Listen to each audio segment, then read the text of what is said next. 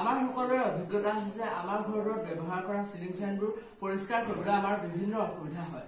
কেতিয়াবা টেবুলৰ ওপৰত উঠি, কেতিয়াবা জখলাৰ সহায়ত আৰু কেতিয়াবা চকী জোৰা দি আমি এইবোৰ পৰিষ্কাৰ কৰিব লগা হয়। সেয়েহে আমি এই অসুবিধাৰ পৰা পৰিত্ৰাণ পাবলৈ আমাৰ টিমটোৰ এই আহিলাবিধ বনোৱাৰ কথা মনলৈ আহে আৰু আমি শিক্ষক শিক্ষয়িত্ৰীসকলক অৱগত কৰোঁ।